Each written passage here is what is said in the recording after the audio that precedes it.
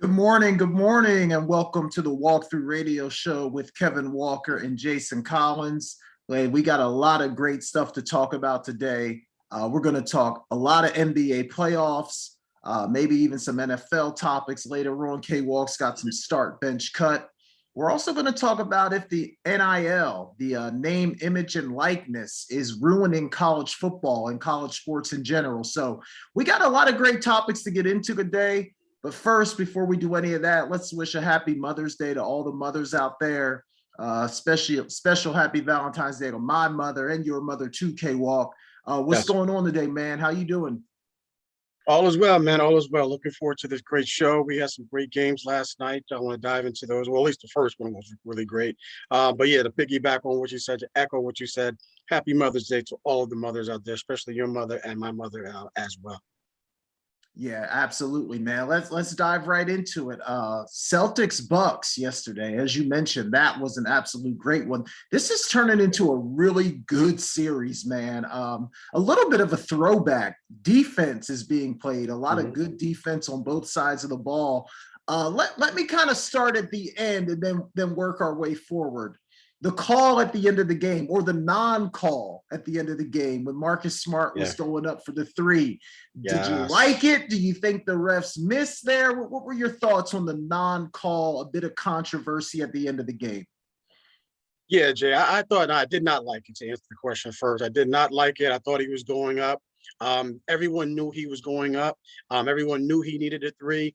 We thought that the Bucks would foul there because it gives them the advantage of saying, listen, let's just have them make two instead of trying to tie it up. So everyone knew the situation there, except the refs. The refs blew that one. They actually blew it or they didn't blow it. However you want to look at it from the whistle standpoint.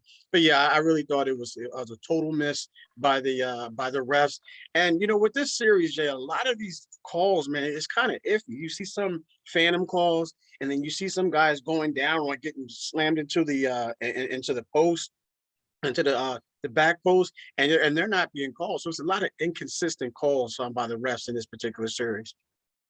Yeah, man, I 100% agree. I definitely think they missed that call at the end of the game. He was clearly going up to shoot a three when he was fouled. I just think the refs overthink stuff sometimes. Like, they just overthink it. Just call what you see. And that was an obvious foul at the end of the game. So I think that really hurt the Celtics. But the other thing, you're right. I don't think they've done a great job officiating, period, so far in this series. I don't like how they're officiating Giannis. Like, how do you let this guy just continue to run people over and not call charges on it? I just don't understand that, but they got to get this thing figured out because, look, the Celtics probably – I'm not going to say they would have won that game, but I think we had a really good chance to go into overtime if that call is made. But nevertheless – the Bucks get out of there with the win. What'd you think of the game overall besides that call at the end? Yeah, I thought up until that point, Jay, a well-played game. Even with that, they were like, what, 0.2 seconds away from winning the game on that tip or tying the game up with that tip. So overall, I thought it was a really great game. The Bucks controlled the game for the most part, but now I was looking at the score. I think the score was about, I think they were down 7, meaning the Celtics were down 7 with about 7 minutes and 47 seconds left. And I looked at it, so if they could just score a point a minute, outscore the Bucks a point a minute, they can get right back into this. Now, all they have to do is hit some threes when they hit twos, because the way the Bucks were playing, the way Giannis was getting away with stuff like you mentioned, there's some traveling, the charges, and then you had other guys, stepping up as well. So I thought overall it was a really great game, Jay. Came down to, like I said, I don't know how much time it was really a difference, maybe 0.1, 0.2, but it was close for that thing going to overtime. Yeah. So yeah, overall, Jay, great game. Like you mentioned earlier, this is really a great series up until this point. Yeah, absolutely. And I'll tell you what, if I'm a Milwaukee fan, I'm a little worried. I mean, Giannis played great. He had over 40. Jason Tatum probably had his worst game of the playoffs. and they, nearly win that game on a last second tip. So if you're the Bucks, you're thinking, man, our superstar played great. Their superstar didn't play well at all. And we still barely escape a game on our home floor. That's got to be a little troubling if you're a Milwaukee fan. All right, so now the Bucks are up 2-1. How do you see game 4 playing out? Do you like Boston, or do you think Milwaukee has a chance to take a considerable lead here? I'm going to go with Boston, man. I just really think that this particular game, I don't think we're going to see a performance from Jason Tatum that we did yesterday. I just think we're going to see a different Jason Tatum. And like you stated, Giannis, I don't think he can play better. He probably could, but I don't think he's going to play that much better, where it's going to be something as it was last night or yesterday. So I definitely expect Jaylen Brown to continue to be as consistent as he's been. Jason Tatum, stepping his game up. We're not going to see another 10-point game, from Tatum. And Al Horford, if he can continue to play the way he played yesterday, that's those 22. I mean, that's huge. So if they can get all three of those, and Marcus Smart, he's been consistent. He had a little off game, but like you mentioned, those guys didn't play as well as meaning Tatum didn't play as well as Giannis did, and they still barely came out of that game with the victory. So with all that being said, I do like Boston because I do have confidence in Jason Tatum, and he's going to feel embarrassed. He's going to feel like he let the team down because he didn't live up to that hype, and get those 20 to 25 points a game, whatever he's averaging, and they could still win that game. So I like the Celtics in the next one. Yeah, I'm right there with you, K-Walk. And hey, man, Al Horford, I mean, this guy has just found the fountain of youth somehow. Yeah, I mean, people thought he was done. He had that short time in Oklahoma City, then things didn't work out in Philly. And people were like, all right, good career, but he's done. But man, he's playing great in the playoffs. But I agree with you. I expect Jason Tatum to play much better next game. I think Boston bounces back and ties this series up again. And it wouldn't surprise me at all if this one ends up going 7. So we got some good stuff to look forward to in this series, man, because just two really good teams going at each other. All right, let's jump over to the West, man. Golden State and Memphis last night. Again, let's start backwards and work our way forward. Everybody's talking about Ja Morant injury, Jordan Poole. Was it a dirty play? Was it not? I watched it like 5 times and didn't see anything. And I'm like, what are they even talking about? Then on TikTok, I saw somebody like slow it down and zoom in. And I finally saw Jordan Poole like kind of grab his knee a little bit. What are your thoughts, K-Walk? Was that a dirty play? Was it just a basketball play? Was it incidental contact? How do you see the jaw injury, and was that intentional on Jordan Poole's part? That's a tough one, man. I mean, the way from the angles and everything that I see, I didn't see a dirty play. But if you slow it down, unfortunately, the refs do on a replay, they can do all of that. So yeah, with that being said, if that was I didn't see the TikTok video first and foremost. So if it was what everything that you just said it was, then I have to agree with that. It was a dirty play because I can see it being a dirty play because of the fact of the matter is Poole and them are getting their kicked, and then Morant is just doing his thing, man. Even though Poole, I don't understand why he made that move because they were up by so many points. At that, I think up by so many points at that point. So I didn't see a point of him doing that. So with that being said, Jay, from what I see, I didn't see a dirty play. Put it that way. I didn't see the TikTok play, but I trust your vision. So, but what I see, that it didn't look like a dirty play to me, Jay. Yeah, and I'm not even sure after watching it in slow-mo that I think it was a dirty play. It almost looked like he was just reaching. And from playing football, how sometimes your hands just get out there and you end up on somebody's face mask, and it's totally unintentional, but it just happens sometimes. And that's almost what it looked like to me. He's just reaching, and then on his way back in, his hand grabs Ja Morant's knee and kind of pulls it back a little bit. but I don't think it was a dirty play, man. I'm going to give Poole the benefit of the doubt and say that it was unintentional.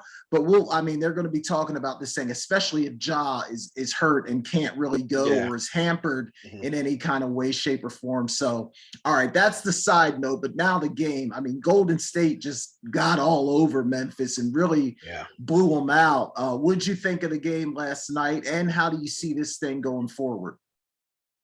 Yeah, I mean, first the game itself, I just thought it was, a great game plan by Steve Kerr and Steph Curry, Draymond Green. Draymond Green, man, he's really playing out of his mind. I mean, like literally, I don't know what's wrong with this guy from a mental standpoint. But I guess if this guy's if it gets these guys going, then so be it. As long as he's staying within the realm of the game and not getting anyone hurt or saying anything bad about someone's mother or anything like that, then it's cool. Then I guess if the refs aren't calling it, the refs can hear everything that we can't hear. So if they don't call anything, then I'm cool with it. But with that being said, I do like the energy he has brought to this team. And then once they lost that first game, believe they went in there and said, listen, this team, they got Ja, we understand that. But, we've been here. We're battle tested. We understand how this works. We're always going to have that target on the back, whether we're the first seed, 2 seed, 3 seed, whatever seed we're at. Everyone's going to be gunning for us. And that's how they came out. They played with a purpose. They had a game plan and they executed it to the T. And that's where you see the 20, 30 point win last night. Yeah, and it's going to be tough for Memphis. Like when Steph plays well and then Clay found his shot. And like you said, the emotion that Draymond has been providing, this one kind of feels like it's starting to get to like, okay, Golden State might be a little bit too much for Memphis. So especially if Ja Morant is injured and is not going to be 100%, we might start feeling like, somebody, the fat lady's warming up her vocals. She's going to be singing soon. She's going to be singing soon in this one, I think, K-Walk.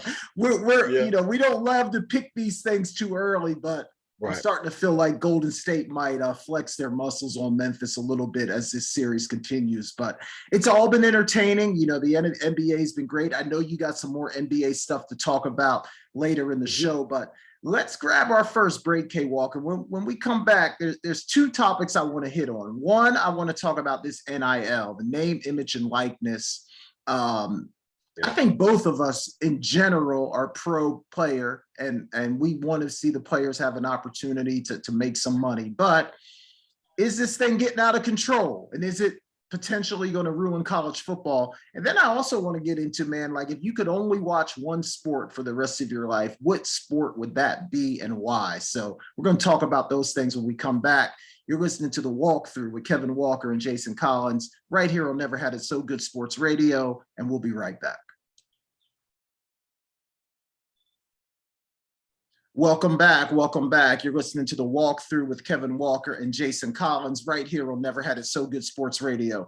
All right, K-Walk, let's talk NIL, name, image, and likeness. As you well know, college players are now able to use their name, image, and likeness to make a little bit of money, which I'm okay with. I mean, you and I, we both played college football at that time. There was nothing coming our way from that standpoint. We're just out there, man, putting in some long days, some long hours. Yes, we got a great education. Yes, we had the opportunity to play in front of thousands and thousands of fans and on TV every week and all that good stuff, but didn't really have an opportunity to capitalize financially. So just let's start here. Just generally, K-Walk, just for the listeners, how do you feel about the name, image, and likeness? I like it, Jay, to an extent. I think I was hoping, I should say, that that it doesn't get out of hand. I'm watching this show that's called All American. I don't know if you ever got a chance to watch this show, and it touched on this. It's about guys.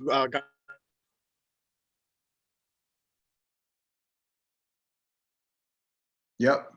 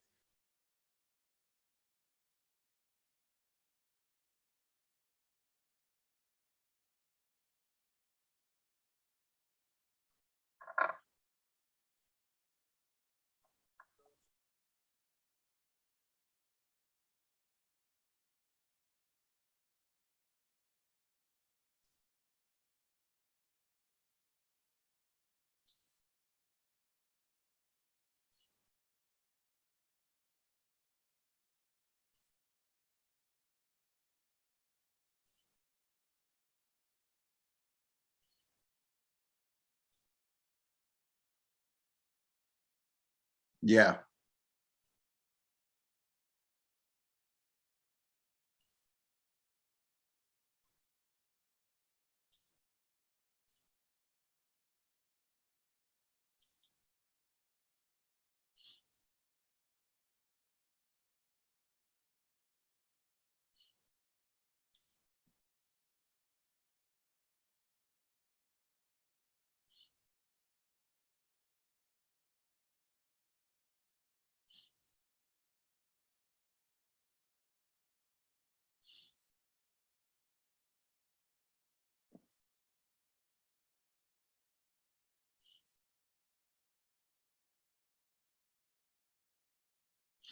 Yeah, I agree. Like generally speaking, I like it, and I want the players to be able to capitalize off their image. I want them to be able to make some money.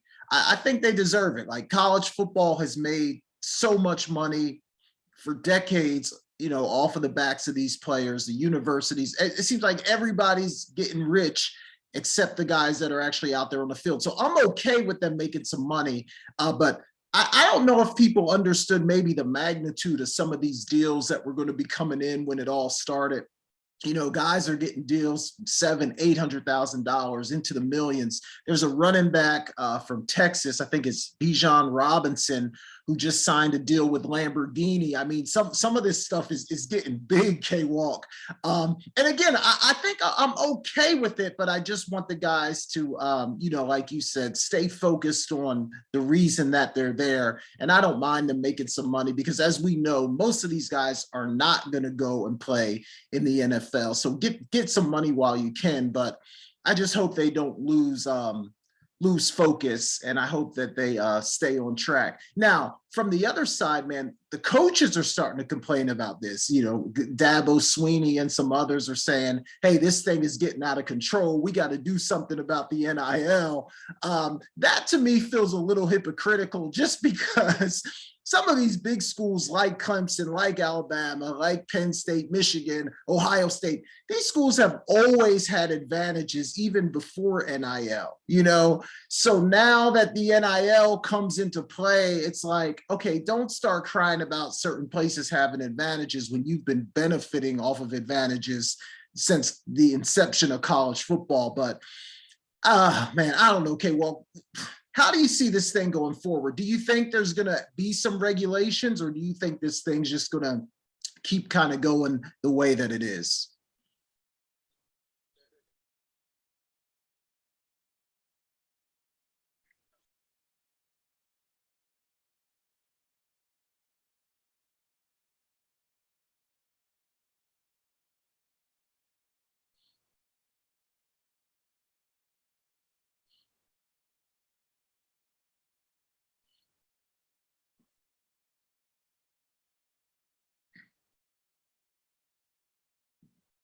Yeah,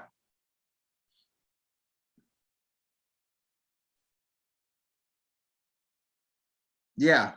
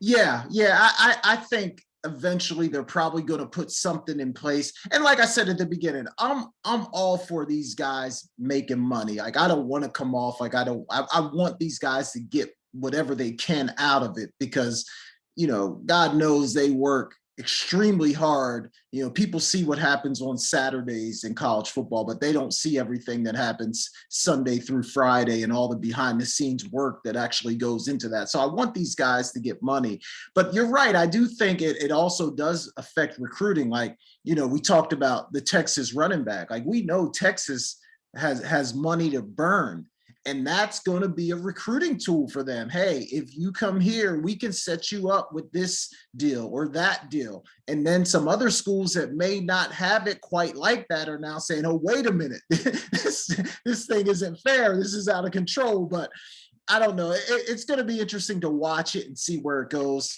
I don't want them to take it away. I want the guys to be able to make some money. But like you said, you know, hopefully some of these universities are putting some things in place in terms of financial management and things like that to maybe help these guys put some money away for later. I mean, go think about it, man. When you were 18, getting ready to come out, if somebody was going to offer a big deal, that definitely would have played a part in my decision, no question about it. So I can see that these are not going to be easy decisions for guys going forward.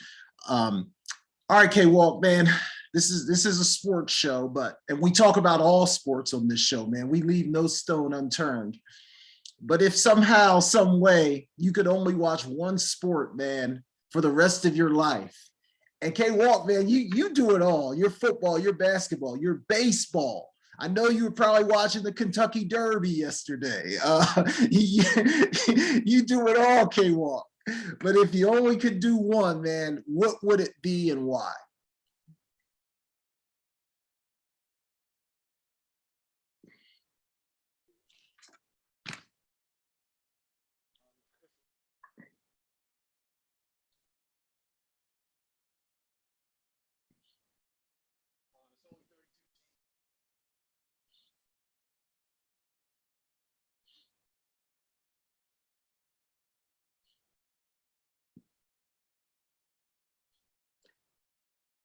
Yep.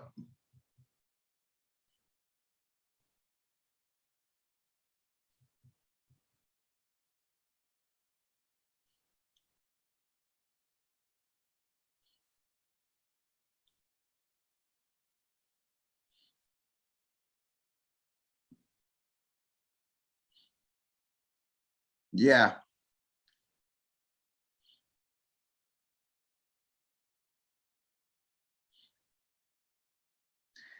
Yeah, no, I mean, look, you're right. For me, I'm in that same boat. I'm choosing between the NFL and college football. 5 years ago, it would have been an easy choice for me, NFL all day long.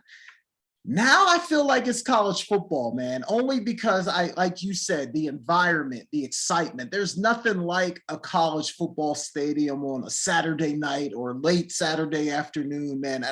And the thing I love about college football is that every single week, I know I'm going to get a couple of really good games. Sometimes the NFL schedule, you come up on a week and it's like, man, there's not too many good ones this week.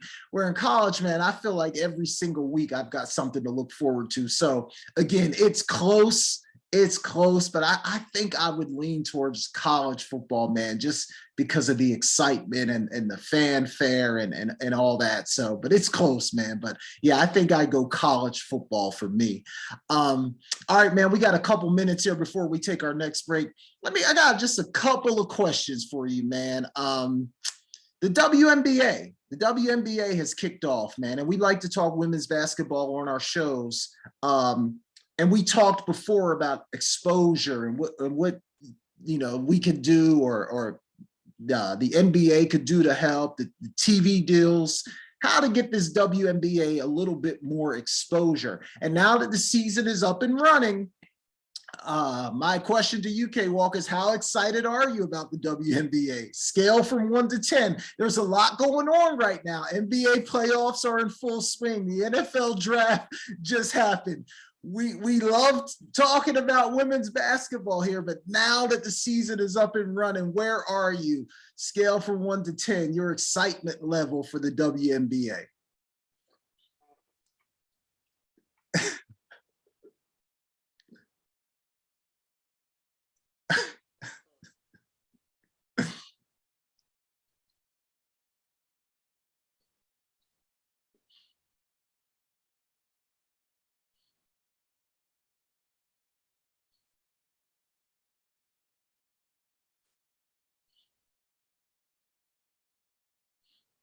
Yeah.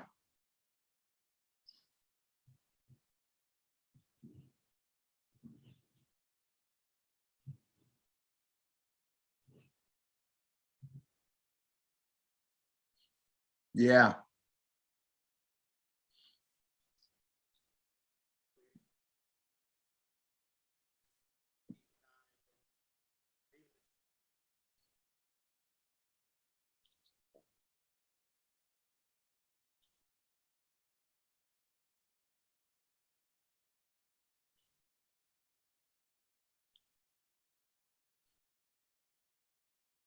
Yeah, I hate to say it, but I'm kind of with you right there, about a 3 or 4.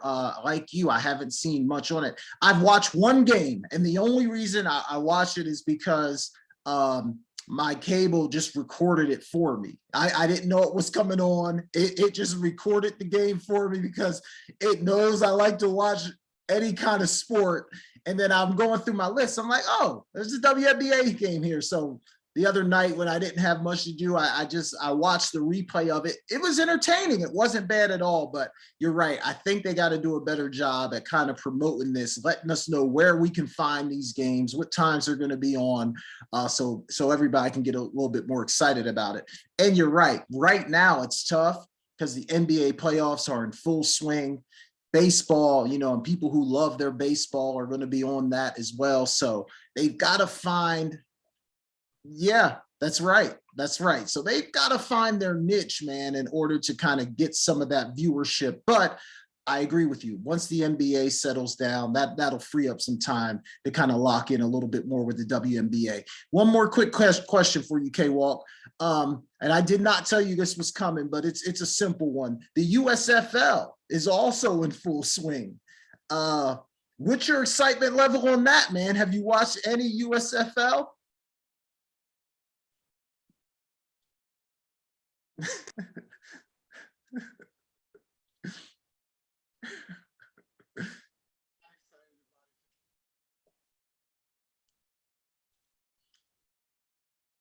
Yeah, yeah.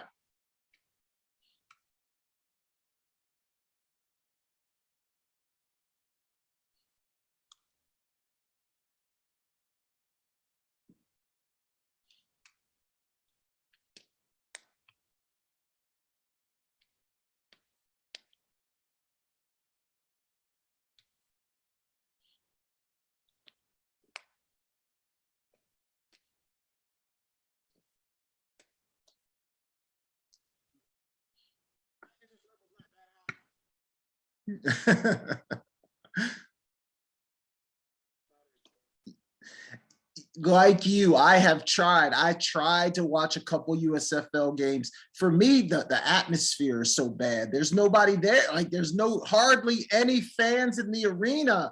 And that for me makes it hard to watch, especially when you don't know any of the players. So it's been tough. I think they made a mistake because I think they're playing all their games in one city. Like they're not playing in any of the home cities of the teams. I think they're playing all their games in like Birmingham, Alabama or something like that. So if I'm a New Jersey Generals fan or a Philadelphia Stars fan, but the games are in Birmingham, like, so I think they made a mistake doing that. They need to play these games in the cities of the teams, and that would help. But yeah, like you, man, I've tried just because I love football, but just haven't been able to get there. But good stuff, K Walk. Let's grab our next break. When we come back, I know you got some good stuff to get into, some NFL draft stuff, some more NBA talk. We got a lot of good stuff for you guys, so stick around. You're listening to the Walkthrough with Kevin Walker and Jason Collins right here on Never Had It So Good Sports Radio. We'll be right back.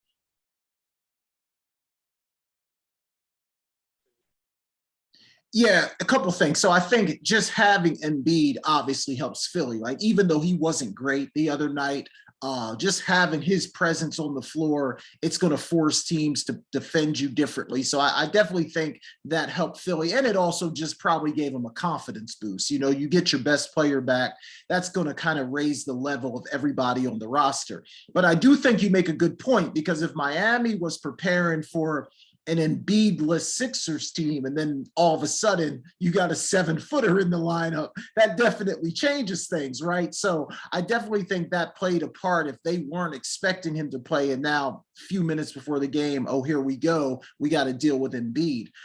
So yeah, I definitely think that could have been part of it as well. But the Sixers got some help from some guys that needed to play better. Danny Green, Maxey, Tobias Harris. I feel like all those guys were a little bit better. So I think that helped as well.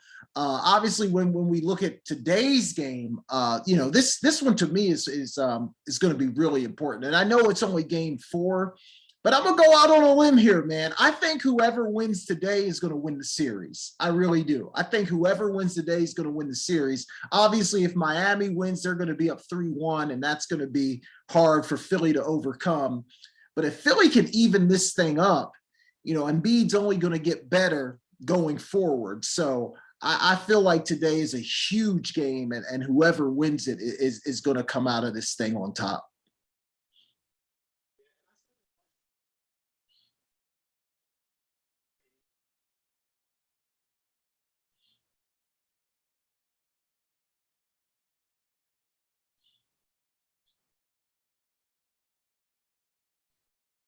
Yeah,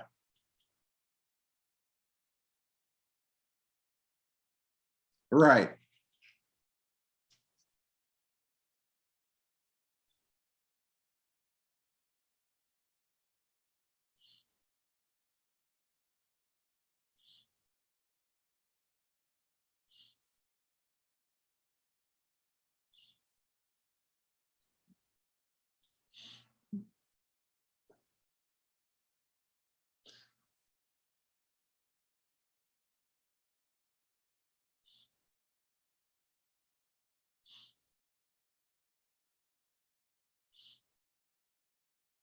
Yeah.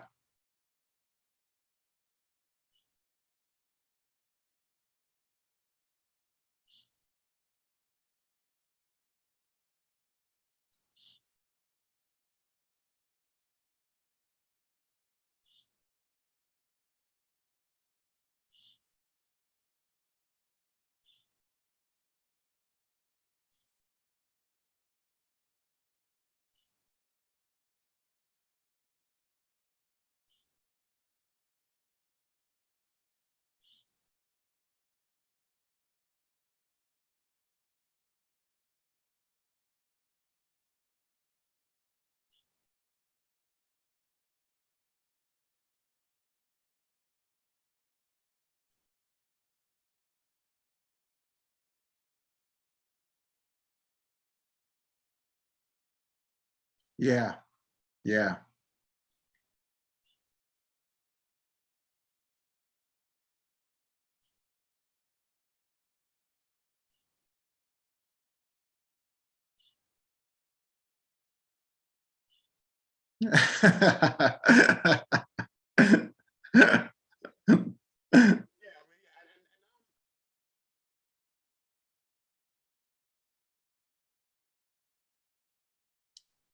Yeah.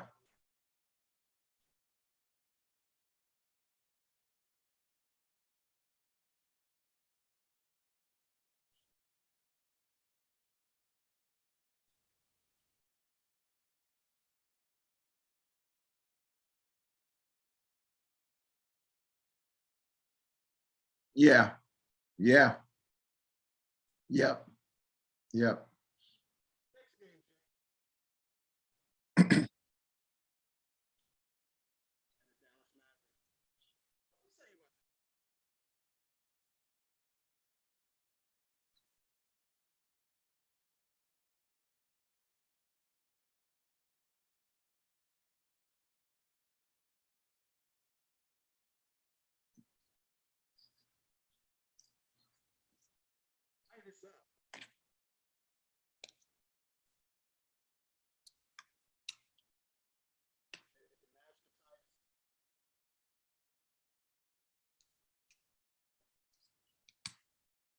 Yeah.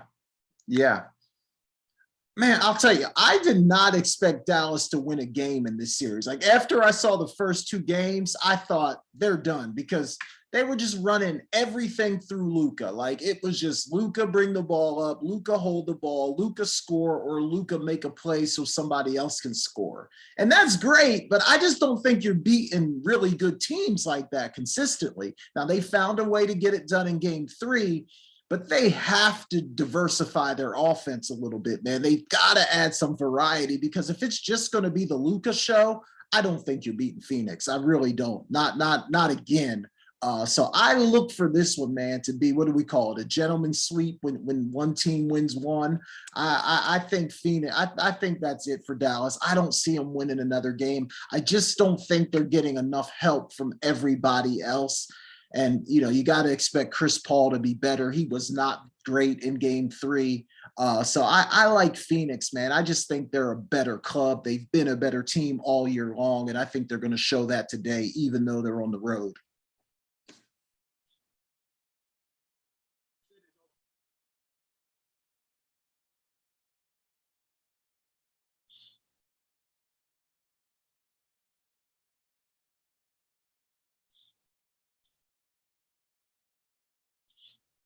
That it's a great question.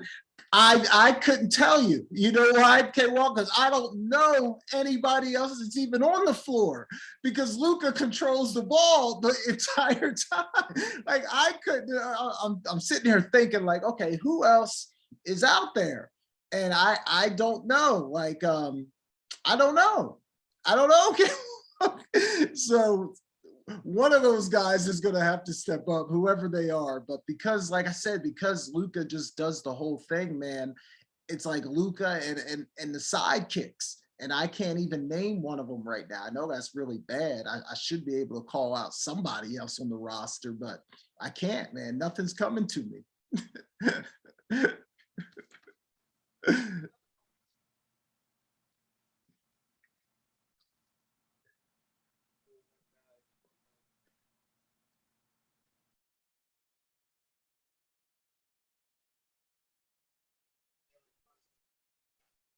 Okay, yeah, Brunson. Yep.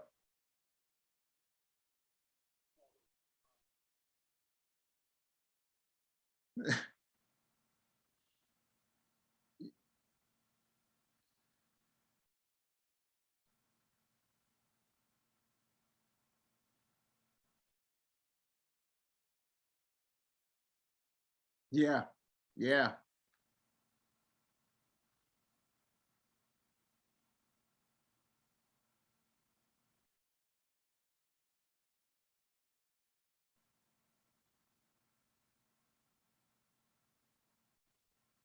yep.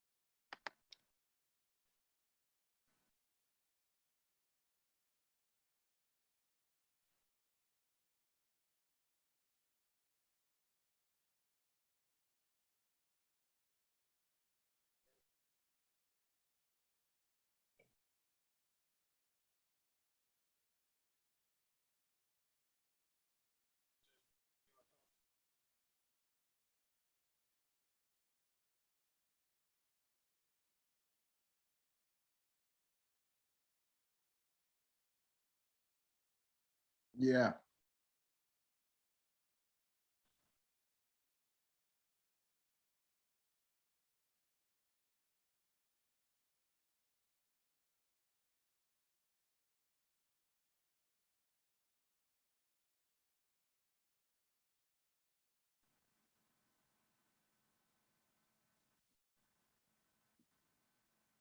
Yeah.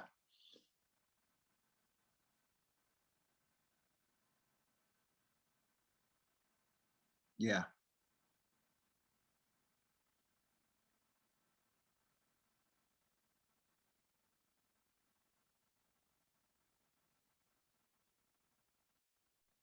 Yeah, man. Like you said, it's tough. Some years we get a great quarterback draft, and other years some of the other positions take over. So look, I don't know. I think Kenny Pickett, like if you're talking about, okay, who has the best chance of maybe success, not only early, but from a career standpoint, I think I like Kenny Pickett simply because number one, I think he's probably the most NFL ready out of the group. And then also the organization that he went to. I mean, he's at Pittsburgh. You could argue the most stable organization in the NFL. They're going to have continuity with their coaching staff. They're going to have patience. So I think he's in a great spot to have a chance to learn, develop, grow in an organization that's going to look out for and take care of their players. So I think Kenny Pickett, and he played college football at the University of Pittsburgh, where I believe they even share like the same facilities and everything like that. So he's going to feel right at home in Pittsburgh. So I think that's probably the guy that's set up the best for success. But then after that, man, I might say I like Desmond Ritter. I know he's in Atlanta, and Atlanta's a bit of a mess right now, but I think when you just start looking at some of the measurables, this guy's 6'3", 215 pounds, can absolutely throw the football. He's athletic, so he can move a little bit. He's going to have to work on throwing with anticipation and, his timing and things like that. But I think he's got an opportunity to be good as well. And then, Malik Willis, I don't know, man. You hear a lot of mixed reviews on him. Some people say that this guy is uber talented, can make all the throws. And then there's others that you hear saying he's nowhere near NFL ready. So I don't know, man. It's going to be interesting to watch and kind of see his development. I don't think he's going to be a starter day one with Tannehill being there. So I think he's going to have some time. But I would lean toward Pickett and Ritter, and also like a wild card, as you mentioned, is it Corral or Carroll from Ole Miss, because I think he got some good offensive coaching with Lane Kiffin. So I think he's going to come into the NFL, with a good understanding of how the passing game works. So he'll be another guy to keep your eye on.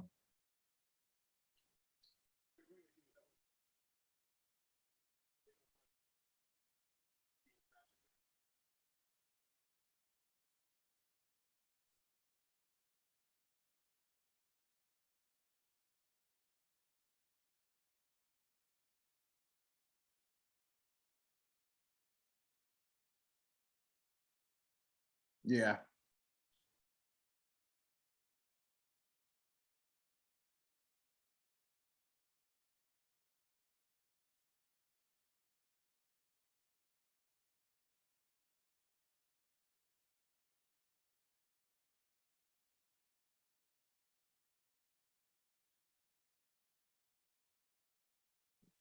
Yeah. Yep.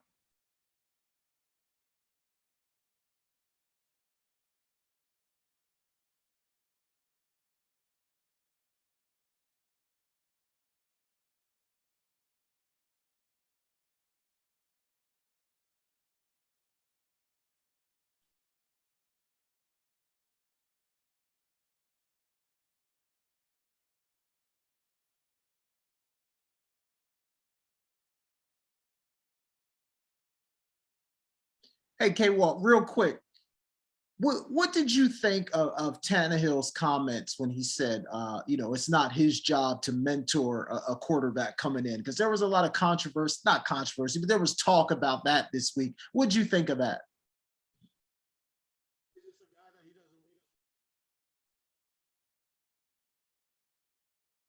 Right.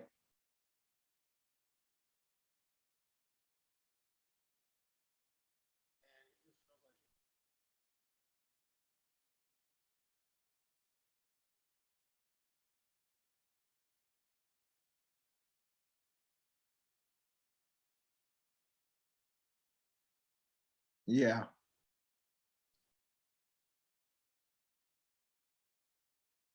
Yeah, I kind of feel the same way. Like, I get what he's saying. Like, I don't want to tutor somebody that's going to take me off the field.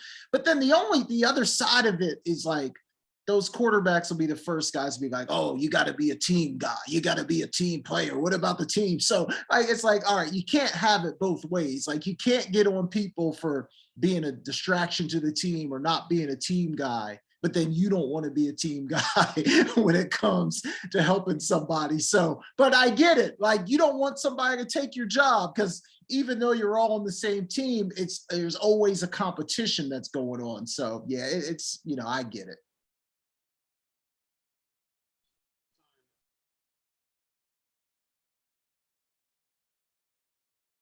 Yeah.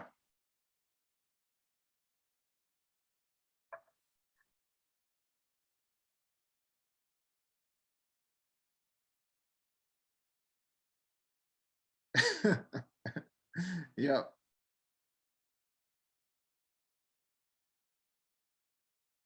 Yeah.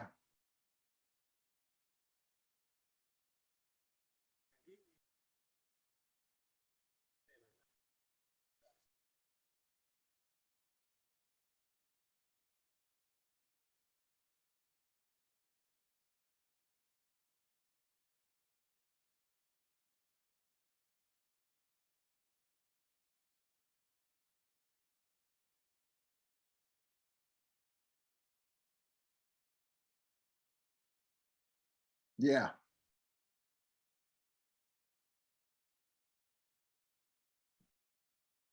Yeah. Yeah. Yeah. Yeah.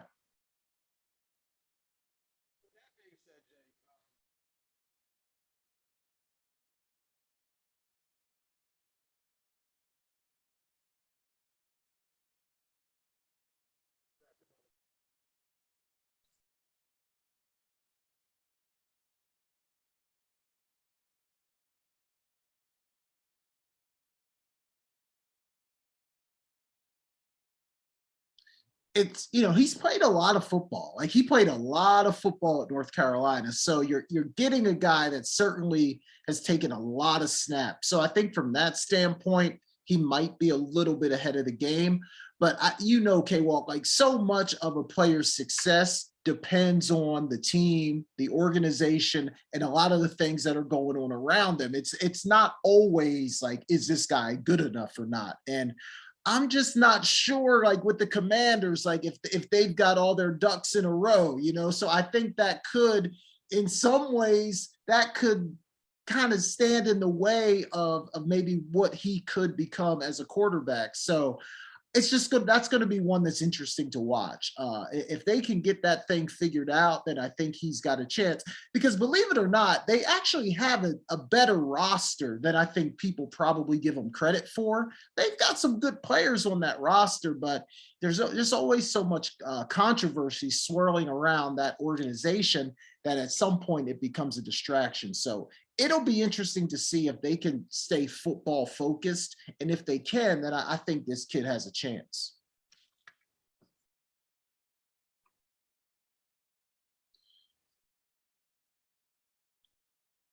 Yeah, that's right. Yeah, he could win some games, or he could hurt himself getting off the bus. Like, you just never know.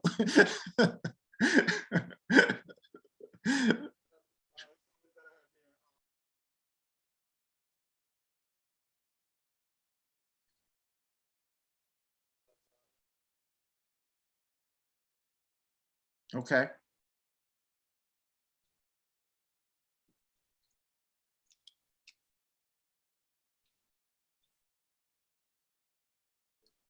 Okay.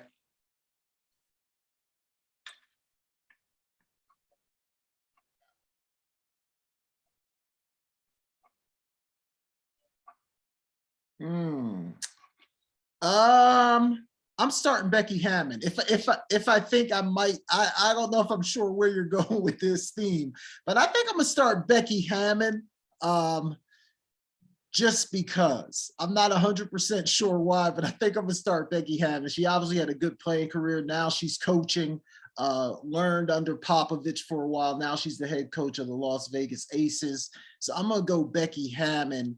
I think I'm going second with Rebecca Lobo. Great career at UConn, good career in the WNBA, but now does so much in the sports media. Teaspoon, I know she's coaching somewhere. I'm not exactly sure who she's coaching with, but I think she's a coach, somewhere. But she's kind of been off my radar, so I got to cut her. So I'm going to start Hammond, bench Lobo. I'm going to cut Teaspoon.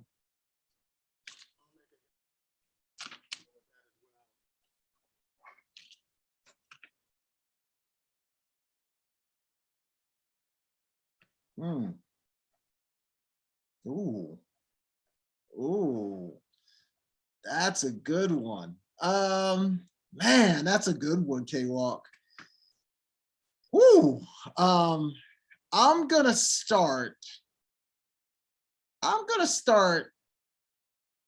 Donovan McNabb. He led the Eagles, man, to 4 NFC championships. They got to 1 Super Bowl. They didn't win it, but he was consistently good for a really long time. Like, I don't know if anyone would call him great, but he was consistently really good for a long time. So I'm going to start McNabb. And I'm going to bench Steve Air McNair, man. This guy was fantastic, obviously, at Alcorn State. Was really, really good in the NFL, personified toughness, got his team to a half a yard away from winning a Super Bowl.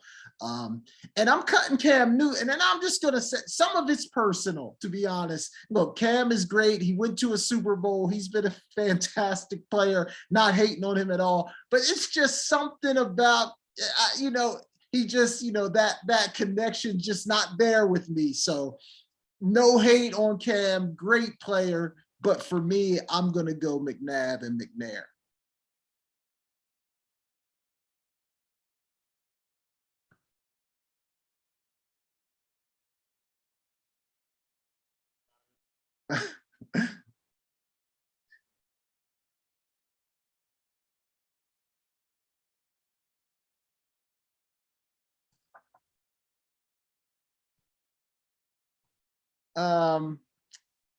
That one feels a little easier. But again, some of this is my own personal bias. I'm going to start Dominique, I think. I feel like he's underrated. Like, he obviously, Jordan overshadowed everybody in that era. I feel like Dominique's underrated. I'm going to start Dominique. I'm going to bench Reggie Miller, again, from that same Jordan era. Really, really good player, but just overshadowed by Mike. I'm cutting James Harden. I'm sorry. Like, I know people love James Harden. They think he's the top whatever player, but he doesn't do it on both ends for me. And I just don't love his game. I know he's a great player. His game just doesn't resonate with me, so I'm cutting Harden.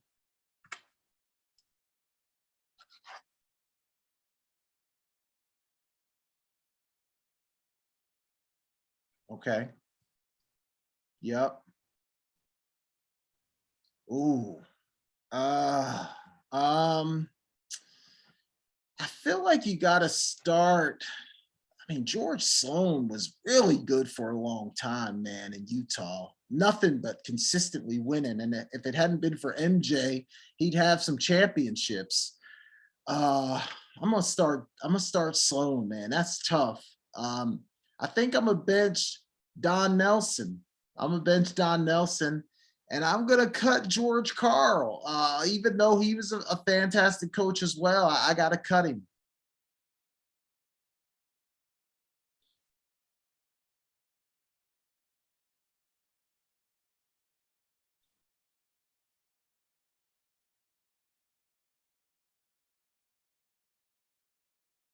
Yeah, yeah, yeah.